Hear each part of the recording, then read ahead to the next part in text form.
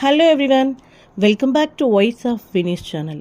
ఈరోజు నేను low calorie, tasty and healthy snack ఐటమ్ని నేను ఎలా చేస్తున్నానో మీతో షేర్ చేయాలనుకుంటున్నాను. ఇది ఎలా చేయాలో చూడడానికంటే ముందుగా మీరు మన ఛానల్లో ఉన్న వీడియోస్ని ఇదే ఫస్ట్ టైం వాచ్ చేస్తున్నట్లయితే మన ఛానల్లో హెల్దీ రిలేటెడ్ వీడియోస్, అలాగే వెయిట్ లాస్ అవ్వడానికి బాగా హెల్ప్ అయ్యేటటువంటి రెసిపీస్ చాలా ఉన్నాయండి.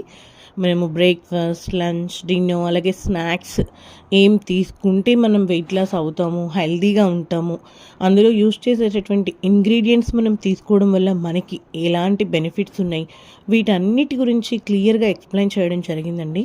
Please watch all of them. మీకు మన ఛానల్లో ఉన్న వీడియోస్ నచ్చినట్లయితే మన ఛానల్ని సబ్స్క్రైబ్ చేసుకుంటారని ఆశిస్తున్నాను. అలాగే ఇది చాలా సింపుల్ అండి. ఇప్పుడు నేను మీకు చూపిస్తున్న స్నాక్ అయితే జొన్న అటుకులు అని చెప్తారు కదండి, అది మనకి ఇప్పుడు షాపింగ్ మాల్స్లో వచ్చాయి. నేను ఎప్పుడు అయితే షాపింగ్ మాల్లో తెస్తాను, బట్ ఇప్పుడు మీరు చూస్తున్నారు కదా, వీటిని అయితే నేను మన హౌస్ దగ్గరికి వస్తే తీసుకున్నాను.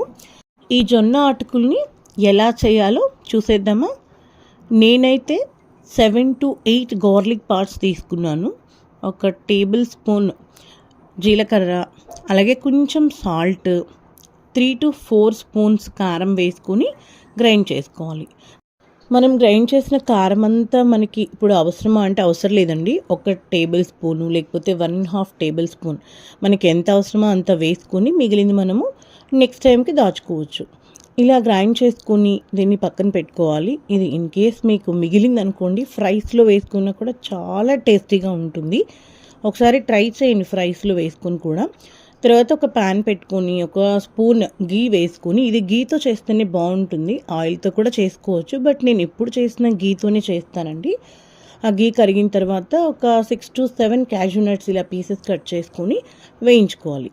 ఇది వేగిన తర్వాత నేను ఇదే గీలో 1 స్పూన్ సాల్ట్ కూడా యాడ్ చేస్తాను, ఎందుకంటే మనం చేస్తున్న ఈ జొన్న అటుకుల్లోకి అంతా మిక్స్ అవ్వాలి. సాల్ట్, కారం మిక్స్ అవ్వాలంటే మనం ఇట్లా గీలోనే వేసుకోవాలి. ఎంత సాల్ట్ అవసరం అవుతుంది అంత వేసుకుని, తర్వాత 1.5 టేబుల్ స్పూన్ అట్లా కారం వేసుకొని మంచిగా ఈ గీలో వేయించుకోవాలి.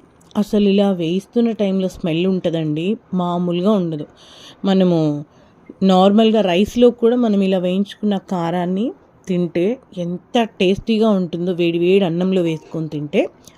ఇది మొత్తం మిక్స్ అయిపోయిన తర్వాత ఇప్పుడు మనం జొన్న అటుకులు అందులో వేసుకోవాలి. ఇవైతే చాలా క్రంచీగా ఉన్నాయండి. ప్రతిసారి నార్మల్ అటుకులే కాకుండా వీటిని కూడా ట్రై చేయండి, చాలా టేస్టీగా ఉన్నాయి.